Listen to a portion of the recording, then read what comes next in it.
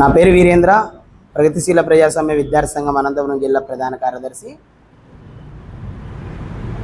Dumping yard గత 10 సంవత్సరాలుగా దాన్ని తీసివేస్తాము అని చెప్పి గతంలో వైసీపీ ప్రభుత్వం కూడా రాజు కాలనీ ప్రాంతంలోకి వచ్చినప్పుడు అప్పుడు ప్రచారంలోకి వచ్చినటువంటి అనంత వెంకటరామరెడ్డి గారు కూడా మేము అధికారంలోకి వస్తే ఖచ్చితంగా అంటే దాన్ని తరలిస్తాము అని చెప్పడం జరిగింది.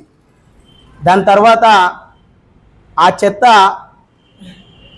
చాలా పేరుకుపోతే దరిదాపుగా 10 ఎకరాల్లో ఆ చెత్త ఉంది. 5 లక్షల టన్నులుగా తేల్చి అప్పుడున్నటువంటి ప్రభుత్వము ఒక ప్రైవేట్ కంపెనీకి దాన్ని ప్రాసెసింగ్ అంటే బయో ప్రాసెసింగ్ చేసేదానికి అప్పగించడం జరిగింది. దాంట్లో అవకతవకలు జరిగి మొన్న 2024లో తెలుగుదేశం ఎమ్మెల్యే గారు ప్రచారానికి వచ్చినప్పుడు కూడా నేను అధికారంలోకి వస్తే వాళ్ళు చేయలేకపోయారు, మేము అధికారంలోకి వస్తే ఖచ్చితంగా అంటే దాన్ని ఎత్తేస్తామని చెప్పారు. ఎత్తేస్తామని చెప్పి 2 సంవత్సరాలు గడుస్తూ ఉంది. 5 లక్షల టన్నులుగా దాన్ని ఆ బయో మైనింగ్ చేస్తాము. దాన్ని ఎల్ఎన్టీ వాళ్ళకి ఇలాంటి మిగతా కంపెనీ వాళ్ళకి మేము అప్పగించాము. దాని ద్వారా ప్రాసెసింగ్ ద్వారా వచ్చేటువంటి ప్లాస్టిక్ వ్యర్థాలని సిమెంట్ కంపెనీలకి, మట్టిని రైతులకు అప్పగించి ఆదాయ వనరుగా దాన్ని తీర్చిదిద్ది 2 సంవత్సరాలలో ఆ 10 ఎకరాలని ఒక పార్కును తలపించే విధంగా అంటే 2026 జనవరి కల్లా ఒక పార్కును తలపించే విధంగా మేము చేస్తాము అని చెప్పినటువంటి పెద్దలు ఈరోజు విపరీతంగా వారం రోజులు అవుతా ఉంది.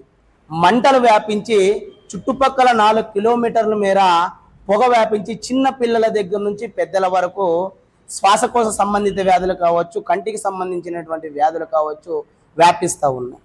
మేము ఒకటే ఇక్కడ చెప్పదలుచుకున్నాం. మంత్రి నారాయణ గారు వచ్చారు, స్వచ్ఛాంధ్ర చైర్మన్ గారు వచ్చారు. వీళ్ళందరూ కేవలం ఆర్భాటపు ప్రచారాల కోసం వచ్చి దీని ద్వారా 12,00,000 కోట్లు లాభం వస్తుంది, లేదంటే 100 కోట్లు లాభం వస్తుంది, 200 కోట్లు మున్సిపాలిటీకి లాభం వస్తుంది అని చెప్పినటువంటి వీళ్ళు ఈరోజు మున్సిపాలిటీ డంపింగ్ యార్డ్ని తరలించలేదు. అంటే తరలిద్దాము అని చెప్తే నాగిరెడ్డిపల్లిలో ఉన్నటువంటి ప్రజలు, నారాయణపురంలో ఉన్నటువంటి ప్రజలు అప్పుడు పెద్ద ఎత్తున నిరసనలు చేయడం జరిగింది. తద్వారా మేము దాన్ని నిలిపివేస్తున్నాం, వేరే చోట ఎక్కడో మారుస్తామని చెప్తా ఉన్నారు.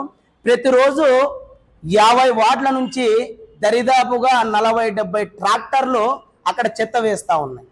అంటే చెత్తను తీసేస్తాము, వేరే చోటుకి తరలిస్తాము అనేది పక్కన పెడితే ఉన్నదాన్ని ప్రాసెసింగ్ చేయలేక, అంటే ఉన్నదాన్ని ప్రాసెసింగ్ చేసి అడపదడప ప్రాసెసింగ్ చేసి అంటే ఒక రోజుకు 40 ట్రాక్టర్లు లోపల వస్తూ ఉంది, 2 లారీలు మాత్రమే బయటకు పోతా ఉంది.